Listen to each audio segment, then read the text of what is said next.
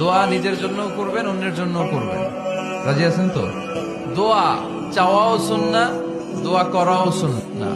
অন্যের জন্য দোয়া করবেন, এতে লাভ আছে। আপনি যখন কারোর জন্য দোয়া করেন, ফেরেশতারা আল্লাহর কাছে দোয়া করতে থাকে, আল্লাহ যেই দোয়া সে তার ভাইয়ের জন্য করলো, আগে দোয়াটা তার নিজের জন্য কবুল করে নাও। আপনি দোয়া করলেন, আল্লাহ আমার এই ভাইটার টাকা পয়সা নাই, তুমি তারে ধনী বানায় দাও। ফেরেশতারা তখন বলে ওয়ালা কাবি মিসলিন, মানে আল্লাহ যিনি দোয়া করতেছে আগে তারে ধনী বানিয়ে দাও। তো এই জন্য অন্যের জন্য দোয়ার দরকার আছে না নাই? দোয়া নিজের জন্যও করবেন, অন্যের জন্যও করবেন। রাজি আছেন তো? দোয়া চাওয়াও সুন্নাহ, দোয়া করাও সুন্নাহ।